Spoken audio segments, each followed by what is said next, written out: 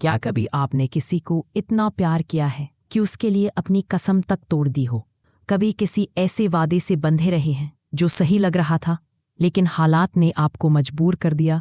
आज की कहानी सूरज, ईशा और बिंदिया की है। एक ऐसी कहानी जहां गुस्सा, प्यार और सुकून तीनों एक ही ठेले पर मिलते हैं।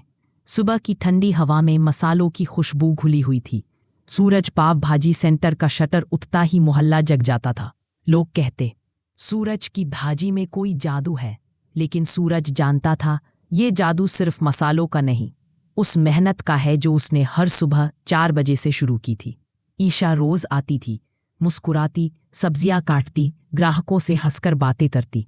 वो सूरज की जिंदगी की धूप थी जो उसके हर गुस्से को ठंडा कर देती थी। और कभी कभी बिंदिया भी आती। अब थोड़ी दूर रहती थी पर मन ही मन सब देखती रहती थी। पर उस दिन कुछ अलग था। सूरज के चेहरे पर तनाव था। खर्चे बढ़ रहे थे, ग्राहकों की शिकायतें और अंदर कहीं ईशा की चिंता। ईशा ने धीरे से कहा, सूरज, मसाले कम है, टमाटर भी खत्म हो गए हैं। सूरज ने झल्लाकर कहा, ईशा तुम बार बार क्यों बोलती हो? सब देख लूंगा। दुकान में सन्नाटा छा गया। ईशा ने बस इतना कहा, मैं बोलती हूँ ताकि गलती ना हो। सूरज, गुस्सा मत करो। लेकिन बात बढ़ गई।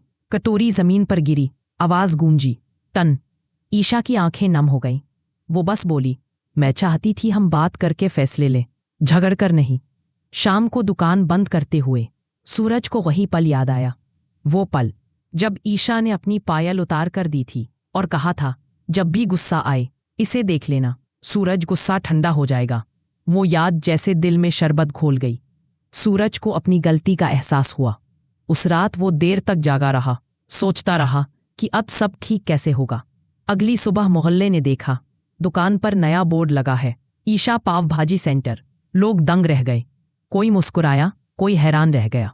जब ईशा आई, उसने बोर्ड देखा, रुक गई। उसकी आंखों में नमी थी पर होठों पर मुस्कान।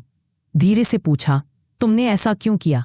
सूरज हंसा और बोला, क्योंकि जब भी गुस्सा आता है तुम्हारी याद मुझे शांत कर देती है। तुम मेरी पायल नहीं, मेरा सुकून हो ईशा। ईशा मुस्कुरा दी। वो मुस्कान सूरज के लिए माफी थी और प्यार भी। पर किस्मत को शांति रास नहीं आती। उसी शाम कुछ गुंडे आए। उनके हाथों में लाठियां थीं और आंखों में बदमाशी। उन्होंने बिना कुछ कहे सूरज की पाव भाजी का ठेला पलट दिया। कौन सी दुकान है ये? किसकी इजाजत से लगाई है? बिंदिया दौड़ी, उन्हें रोकने की कोशिश की। भाइयों, क्यों तोड़ रहे हो? यहाँ रोज रोज लोग खाते हैं, किसी से झगड़ा नहीं। लेकिन गुंडों ने उसे जोर से धक्का दिया। बिंदिया जमीन पर गिर गई। सूरज सब देख रहा था। उसका खून खौल उठा। वो शांत था क्योंकि उसने ईशा से वादा किया था कि अब कभी किसी पर हाथ नहीं उठाएगा। पर जब उसने बिंदिया को गिरते देखा, उसका वादा बिखर गया। सूरज गरज उठा, अबे किसने कहा था इस दुकान को छूना? और अगले ही पल वो उन गुंडों पर टूट पड़ा। धूल उड़ रही थी, भीड़ जमा हो गई थी। हर थप्पड़ के साथ सूरज का गुस्सा और दर्द एक साथ निकल रहा था। उसी वक्त ईशा वहां पहुंचती है। वो चिल्लाई, सूरज, तुमने फिर हाथ उठा लिया, तुमने फिर अपना वादा तोड़ दिया। सूरज रुक गया, उसकी आंखों में आंसू आ गए। धीरे से बोला, ईशा जी, मैंने खुद से वादा तोड़ा है, लेकिन तुम्हें कोई कुछ कहे ये मैं सह नहीं सकता। भीड़ चुप थी, बस सूरज की सांसें चल रही थीं, भारी, पछतावे से भरी। अगर ये सीन आपके दिल को छू गया हो तो लाइक जरूर करें, क्योंकि आगे जो होने वाला है वो और भी गहराई तक जाएगा। अगले दिन सूरज मंदिर के बाहर बैठा था, हाथ जोड़कर नहीं, सर झुकाकर। पछतावा उसकी आंखों में साफ था। दिल में डर था कि ईशा अब उससे बात नहीं करेगी, पर एक उम्मीद थी, शायद वो आएगी। उसने मैसेज भेजा, कल हनुमान गली के पीछे मिलना ईशा जी, शायद अब सब कुछ बदल जाए। ईशा ने मैसेज देखा पर जवाब नहीं दिया। उसके दिल में भी तूफान था। वो सोच रही थी, अगर सूरज सच में बदल गया है तो वो खुद मुझे ढूंढेगा। अगले दिन सूरज इंतजार करता रहा। दिल कह रहा था वो आएगी, दिमाग कह रहा था सब खत्म हो गया। कुछ देर बाद कदमों की आहट आई। ईशा थी। सूरज ने आंसू छिपाते हुए कहा, ईशा जी, एक आखिरी मौका दीजिए, अब कभी आपका दिल नहीं दुखाऊंगा। ईशा बोली, अब कोई मौका नहीं सूरज, हमारा साथ यहीं तक था। सूरज मुस्कुराया लेकिन अंदर से टूट गया। धीरे से बोला, मैंने शादी इसलिए नहीं की थी कि दूर रहूं, बल्कि इसलिए की थी कि पास रह सकूं। ईशा बोली, जब तक कुंड देवी की पूजा नहीं होती हम दूर रहेंगे। सूरज बोला, कहीं ऐसा ना हो कि तुम मुझे इतना दूर कर दो कि मैं किसी और के पास चला जाऊं। रात को सूरज ने ईशा के लिए एक चिट्ठी लिखी। ईशा जी, आपने इस गुंडे को इंसान बना दिया है। मैं और भी सुधर सकता हूं। आपको खोना नहीं चाहता। कृपया मुझे छोड़कर मत जाइए। अगले दिन ईशा ने चिट्ठी पढ़ी। उसकी आंखों में आंसू थे पर होठों पर मुस्कान। वो बोली, सुधरना चाहते हो इसलिए मुझे रोक रहे हो?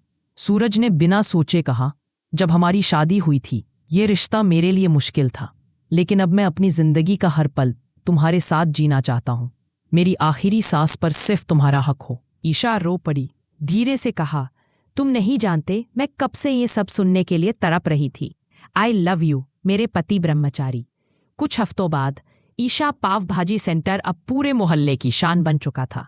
हर सुबह मक्खन की खुशबू फैलती और लोग कहते, इस भाजी में प्यार पका है। बिंदिया भी रोज आती।